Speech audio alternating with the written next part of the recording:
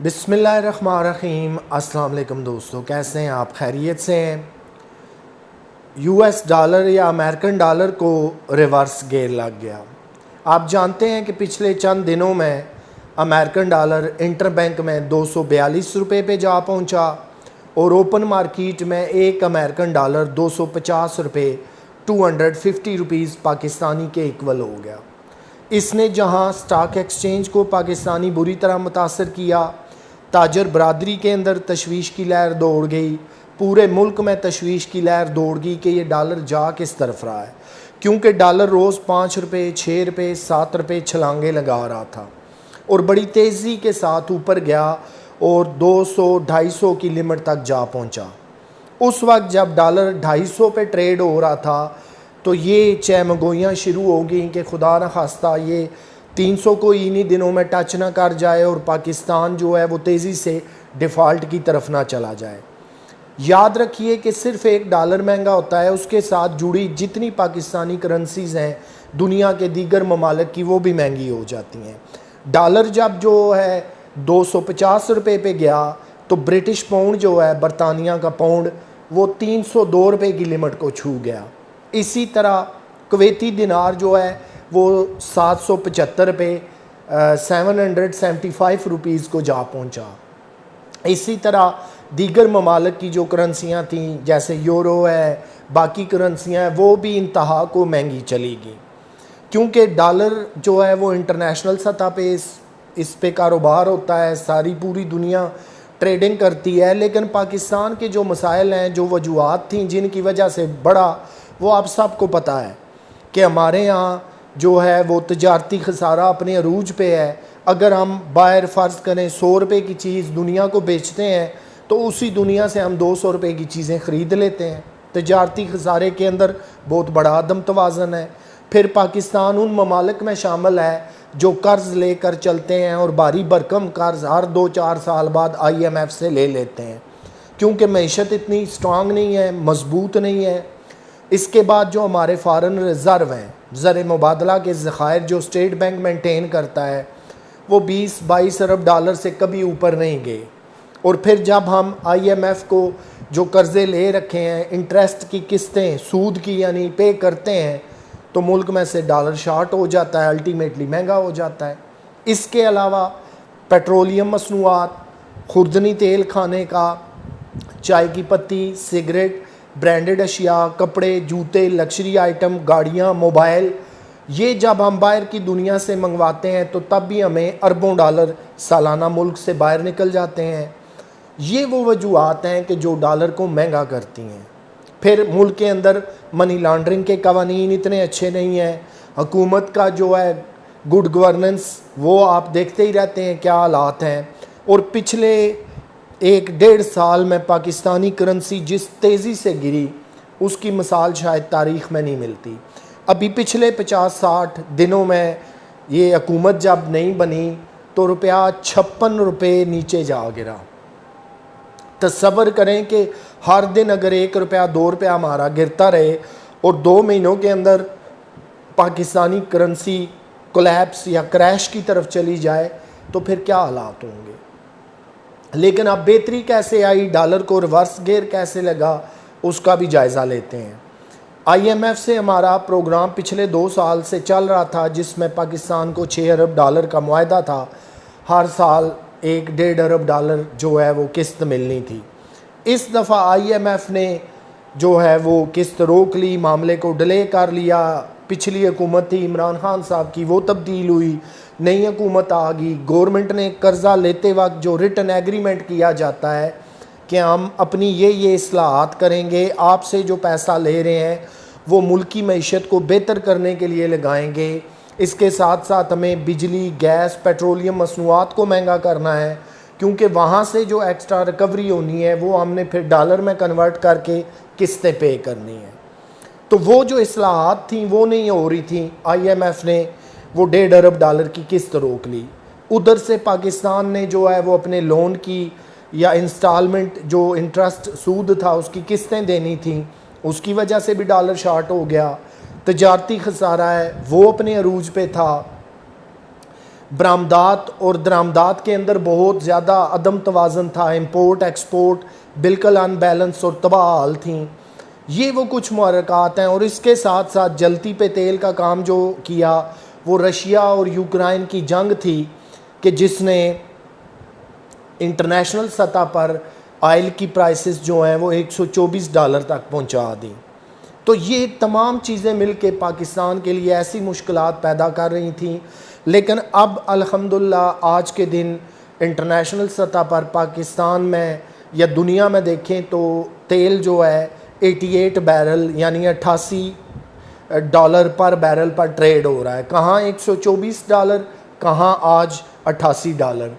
اسی طرح پھر جب IMF نے اشارہ دیا کہ ابھی اگست میں ان کا جو ایگزیکٹو بورڈ بیٹھے گا تو اس کے اندر پاکستان نے جتنی پیش کی شرائط تھیں، جس میں بجلی بے انتہا مہنگی کی پاکستان گورنمنٹ نے، پیٹرولیم مصنوعات بہت مہنگی کیں، دیگر جتنے ذرائع تھے جہاں سے ٹیکسز اکٹھے ہونے تھے وہ کافی زیادہ سخت کیا معاملہ، تو اس میں IMF نے اب اشارہ دیا کہ پاکستان نے وہ ساری پیش کی شرائط مکمل کر دیں، اب پاکستان کو $1.5 ارب ہم دیں گے۔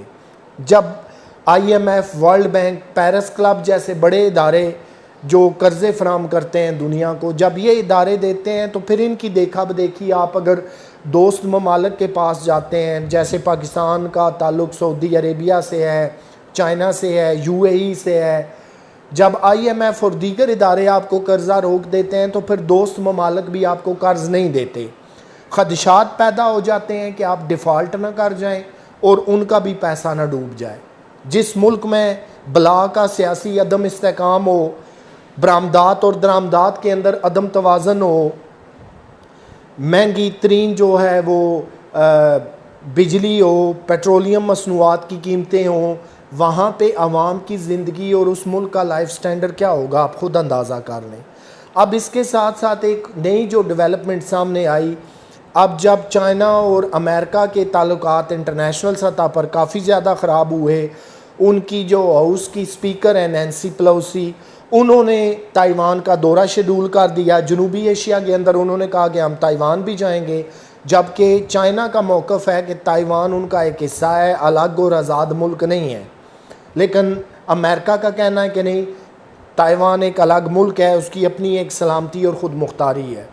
اس کو لے کر عالمی سطح پر کشیدگی چائنا اور امریکہ کے درمیان بڑی۔ چائنا نے وارننگ دی کہ اپنے جو ہے وہ سپیکر جو ہیں نینسی پیلوسی، انہیں کہیں کہ وہ نہ آئیں، ہم انہیں بزور طاقت روک لیں گے، لینڈ نہیں کرنے دیں گے، اور پھر اس کے بعد اپنی فوج کو چائنا نے ہائی الرٹ پہ ڈال دیا۔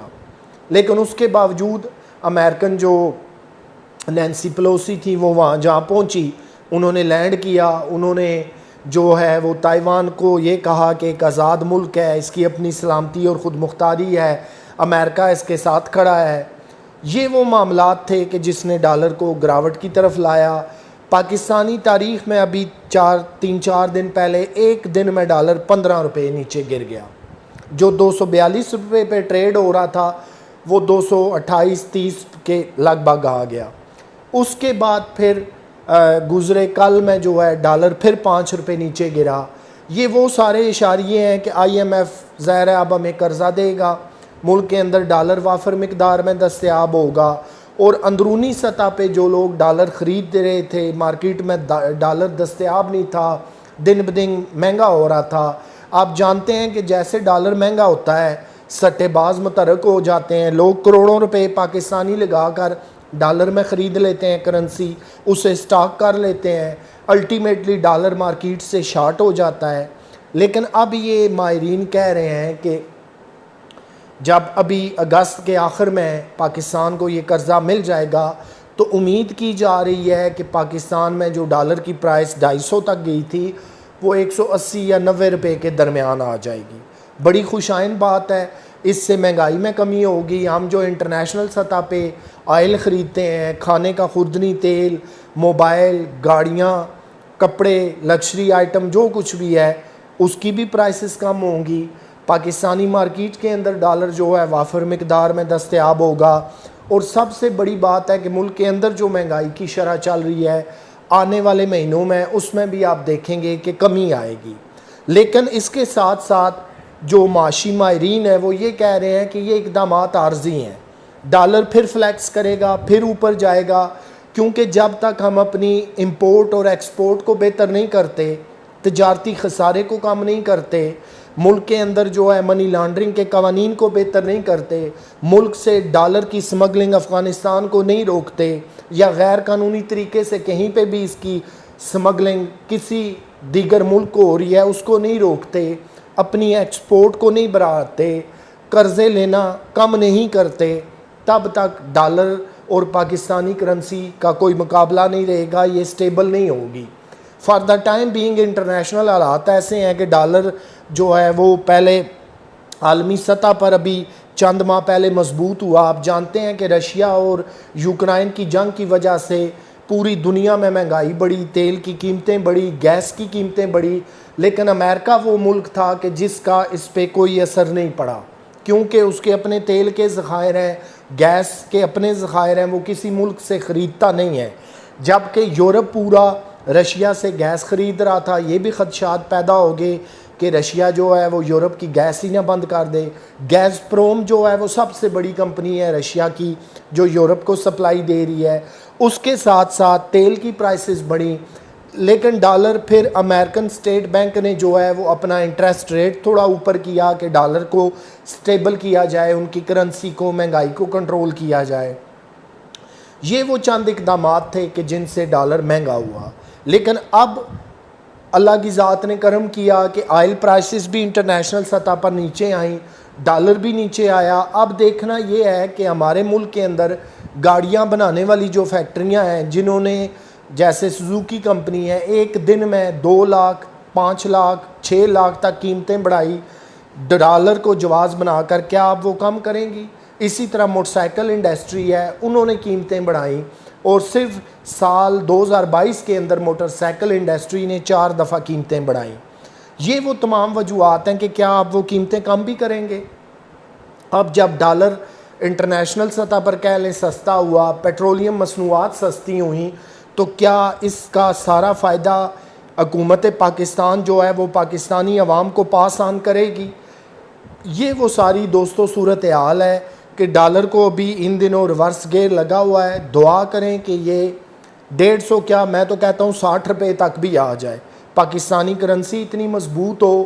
یہ خطے کی کمزور ترین کرنسی ہے، افغانستان ہو، انڈیا ہو، بنگلہ دیش ہو، دیگر کوئی ملک دیکھ لیں، ان کی کرنسیاں ہم سے زیادہ ہیں۔ انڈیا کی ڈبل سے آگے نکل گئی، 90 افغانیاں آپ دیں آپ کو $1 مل جائے گا، لیکن پاکستانی آپ کو 250 روپے دینے پڑتے تھے تو $1 ملتا ہے۔ یہ وہ ساری گمبھیر صورتحال ہے کہ ابھی کچھ دنوں کے لیے بہت زیادہ بہتر ہوئی، ہر پاکستانی اس پہ خوش ہے۔ دعا کریں کہ اللہ تعالیٰ وطن عزیز کو بہت ساری جو ہے خوشیوں سے نوازے، اسے قائم دائم رکھے، اس کے رہنے والے عوام سکھ کا سانس لیں، ان کے لیے آسانیاں ہوں، ہمارے ملک کی ایکسپورٹ پوری دنیا میں جا کر بڑھے، مہنگائی میں کمی ہو، اور پھر اس کے ساتھ ساتھ جو ہے وہ پاکستان ہمیشہ کے لیے ترقی کرے، تا قیامت تا سلامت قائم و دائم رہے۔ پاکستان زندہ باد، پائندہ باد۔ مجھے دیجیے اجازت، اللہ حافظ۔